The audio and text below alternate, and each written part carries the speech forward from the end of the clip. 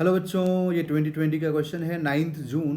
Shift 1 JEE का question है। A particle moving with kinetic energy E has de Broglie wavelength lambda. If energy delta is added to its energy, मतलब ये delta E energy यहाँ पे add कर दिया गया, तो de Broglie wavelength becomes lambda by 2. The value of delta E is, delta E का value पूछ रहा है कितना एक्स्ट्रा हम ऐड कर रहे हैं, जिससे कि लैम्डा नॉट बाई 2 हो जाएगा, है ना, लैम्डा बाई 2 हो जाएगा। तो देखिए de Broglie वेवलेंथ का जो फॉर्मूला होता है बच्चों, ये कितना होता है, एच अपॉन मोमेंटम, व H is Planck constant, and जो काइनेटिक एनर्जी होता है जिसको हम के या फिर ई से डिनोट कर सकते हैं, ये होता है मोमेंटम का square divided by twice M. तो यहाँ से अगर आप मोमेंटम निकालेंगे तो ये आपको कितना मालूम होगा, 2m इंटू ई, 2m इंटू ई। तो यहाँ से आपको जो लैम्डा है ना वो कितना मालूम हो जाएगा, देखिए h अपॉन 2m इंटू ई, 2m इंटू ई। तो अब यहाँ बोला गया कि ये तो इक्वेशन नंबर 1 हो गया, जब एनर्जी ई है तो वेवलेंथ लैम्डा है, तो ये इक्वेशन नंबर 1। अब आपसे बोल रहा है यहाँ पर कि अब अगर हम लोग एनर्जी वाले में बोल रहा है कि अब जो ये एनर्जी ई है ना, इसमें बोल रहा है कि हम डेल्टा ई अगर ऐड कर दें तो न्यू जो एनर्जी होगा वो ई प्लस डेल्टा ई हो जाएगा।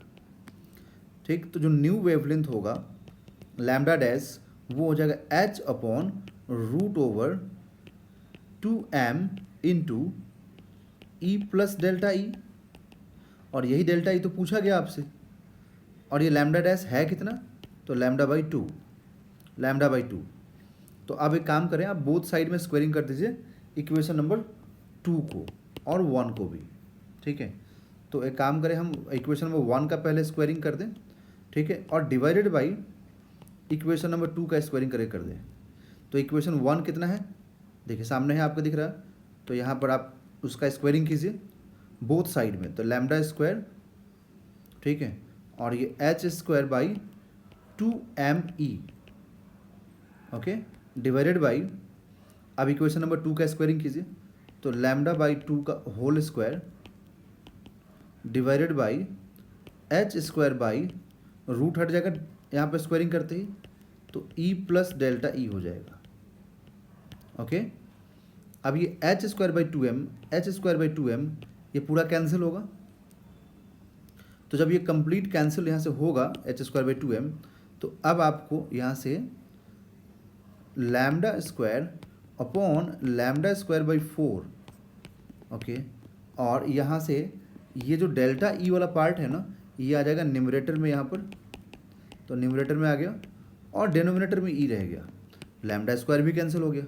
तो यहाँ से फिर ये 4 जाएगा न्यूमरेटर में, तो ये 4 upon 1 is equal to E plus delta E divided by E, both side में मल्टीप्लाई कीजिए, then 4e is equal to E plus delta E. हमें क्या चाहिए, डेल्टा ई, कि हम कितना एक्स्ट्रा एनर्जी हम ऐड करें कि यहाँ से हम लोगों को लैम्डा बाई 2 मिल जाए। तो देखिए यहाँ से ये कितना आया, 3e।